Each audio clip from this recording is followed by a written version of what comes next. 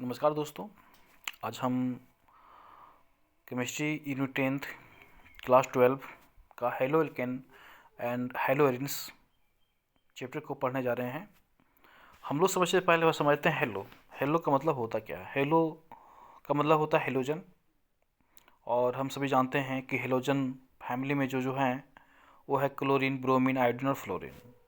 उसके बाद एल्केन का मतलब क्या है? तो एल्केन जो होता है एलिफेटिक हाइड्रोकार्बन जो होता है, ये ओपन चेन स्ट्रक्चर होता है। और आयरन का मतलब होता है एरोमेटिक हाइड्रोकार्बन, इसको हम बेंजीन भी बोल सकते हैं। तो हम लोग सबसे पहले समझते हैं कि हेलो एल्केन होता क्या है। सबसे पहले समझते हैं हेलो एल्केन होता क्या है। तो the replacement of hydrogen atom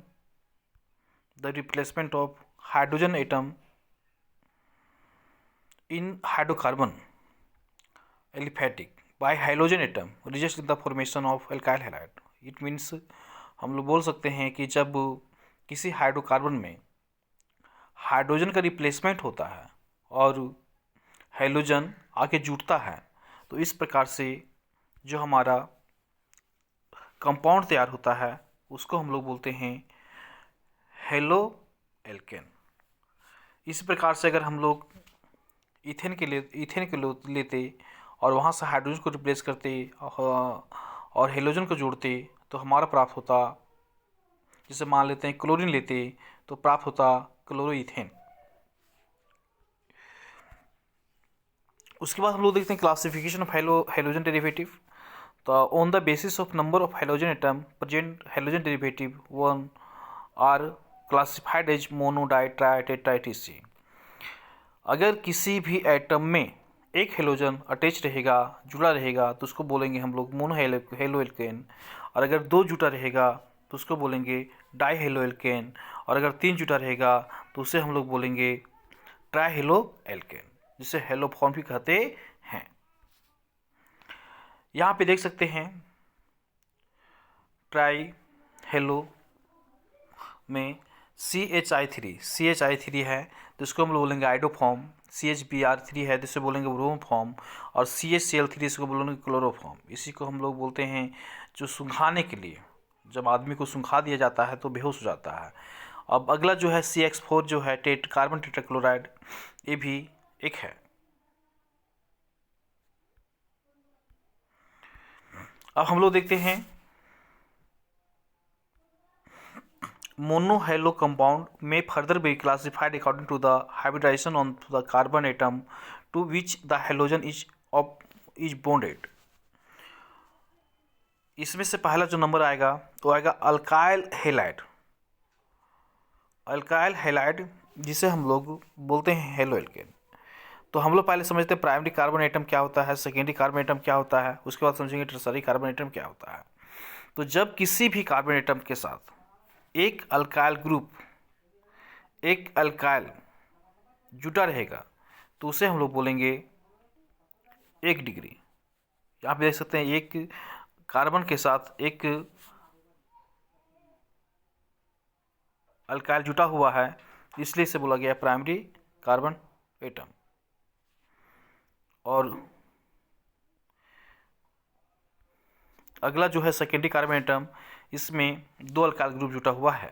और टर्सरी एल्काइल में इसमें देख सकते हैं कि इसमें 3 कार्बन, 1 2 3 अल्काइल ग्रुप जुटा हुआ है, इसलिए यह आ गया आपका टर्सरी अल्काइल हैलाइड। उसके बाद हम लोग देखते हैं allylic halide. In allylic halide is a compound where a halogen atom is attached to a carbon atom that is adjacent to a double bond. The carbon atom that is attached to the hydrogen is called allylic carbon. यहाँ पे होता क्या कि double bond के जो बगल का carbon होता है उसके साथ हेलोजन एटम अटैच होता है। और यहाँ पे जो ये CH3 दिख रहा है आपको, जो हेलोजन के साथ जुटा हुआ, इसी बोला जाता है एलाइलिक कार्बन। उसके बाद हम यहाँ पे देखेंगे बेंजाइलिक हैलाइड। तो these are the compound in which the halogen atom is bonded to an sp3 hybridized carbon atom attached to an aromatic ring. यहाँ पे जो बेंजाइलिक हैलाइड में होता है उसमें बेंजीन रिंग के एडजेसेंट में जो आपका CH2 है उसके साथ हाइड्रोजन एटम अटैच्ड है, इसी को हम लोग बोलेंगे बेंजाइलिक हैलाइड। विनाइलिक हैलाइड क्या है? तो विनाइलिक हैलाइड जो है वो an vinylic halide is an organic compound that contains a hydrogen atom attached to a doubly bonded carbon atom. बोले इसमें डबल बॉन्ड के साथ हाइड्रोजन एटम जुटा रहेगा, वो है विनाइलिक हैलाइड। एराइल हैलाइड क्या है? तो these are the compound in which the hydrogen atom is directly bonded to the sp2 hybridized carbon atom of aromatic ring.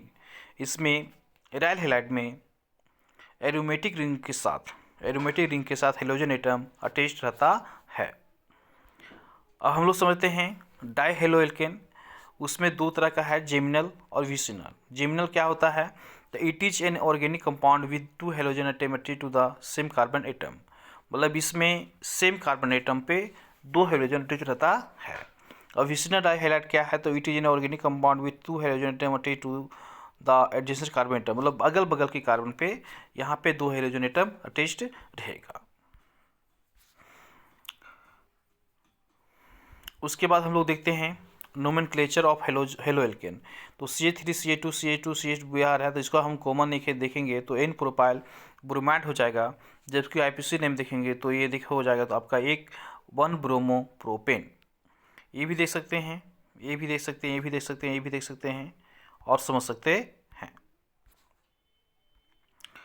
यहाँ पे NCERT बुक से दिया हुआ है, जैसे CH3 CH2 CH2 उसमें बना ClCH3 है, तो ये हो जाएगा secondary butyl chloride. IUPAC name देखें तो 2 क्लोरोब्यूटेन। उसी प्रकार से यहाँ पे बहुत सारा दिया हुआ है जिसको आप नोट कर सकते हैं, देख सकते हैं। इसके बाद यहाँ पे कुछ क्वेश्चन दिए गए हैं जिसे नीचे सॉल्व किया गया है ना, इसको भी आप देख सकते हैं। और यहाँ पे एक क्वेश्चन है जिसको आप सॉल्व कर सकते हैं और हमें बता सकते हैं, कमेंट बॉक्स में बता सकते हैं।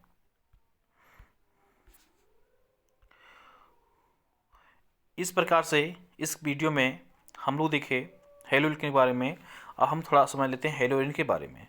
तो हेलोइन में कुछ नहीं होता है, सिर्फ इसमें बेंजीन रिंग्स में जो बेंजीन रिंग में H होता है वो हट जाता है और एक साथ जुड़ जाता है और इस प्रकार से हेलोइन बन जाता है।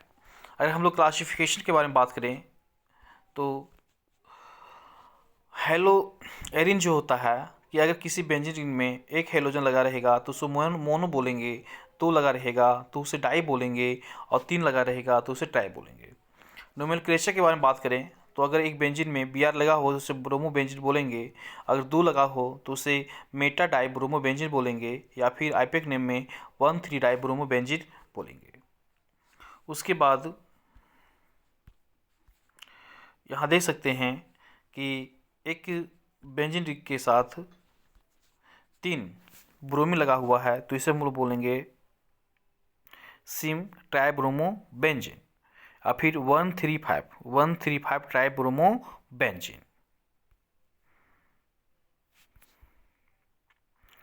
उसके बाद हम लोग देखते हैं अगला जो टॉपिक है नेचर ऑफ CX बॉन्ड। तो due to high electronegativity of halogen atom the CX bond is polar. हम यहाँ देख सकते हैं कि कार्बन पे पार्शियल पॉजिटिव चार्ज होता है, जबकि हेलोजन जो है मोर इलेक्ट्रोनेगेटिव एटम है, इस पे नेगेटिव चार्ज है। Down the group the size of halogen atom increases. जब हम लोग डाउन द ग्रुप जाएंगे, ग्रुप के नीचे जाएंगे तो हेलोजन एटम का साइज जो है वो बढ़ता चला जाएगा। इस प्रकार से हम लोग बोल सकते हैं कि फ्लोराइड एटम का जो साइज है वो सबसे कम है और सबसे ज़्यादा जो है वो आपका आयोडीन का है। अगर इसमें हम लोग बात करें तो सबसे ज़्यादा बॉन्ड लेंथ,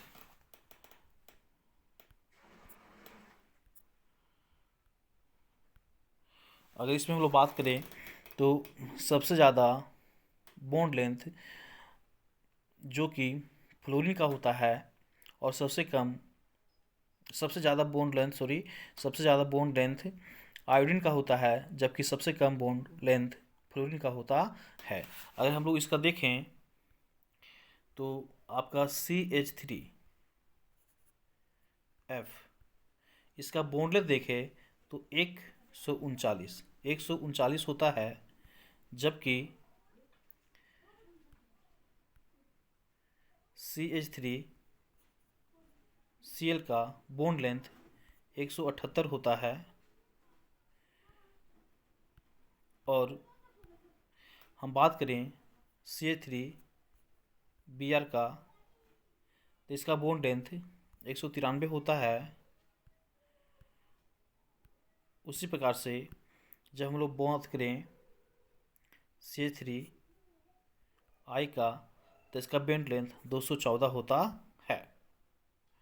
तो इस प्रकार से हम अभी समझें कि सबसे ज़्यादा बॉन्ड लेंथ जो है वो आयोडोमिथिन का है, जबकि सबसे कम बॉन्ड लेंथ फ्लोरोमीथेन का है। धन्यवाद। यहाँ पर देख सकते हैं कि